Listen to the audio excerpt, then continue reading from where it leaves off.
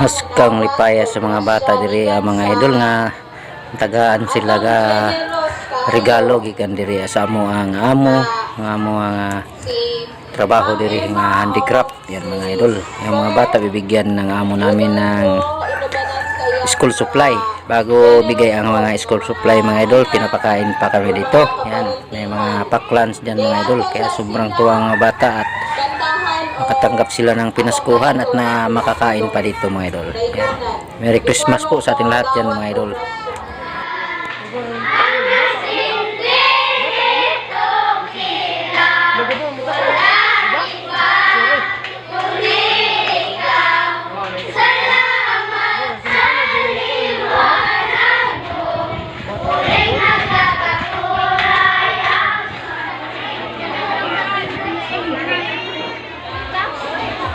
Kasi mga yabon ng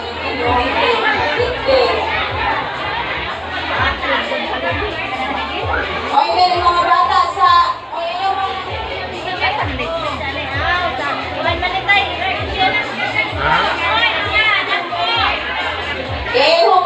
sa mga kabatanunan ng Mga bata, kanina pong mga ginikanan sa bata.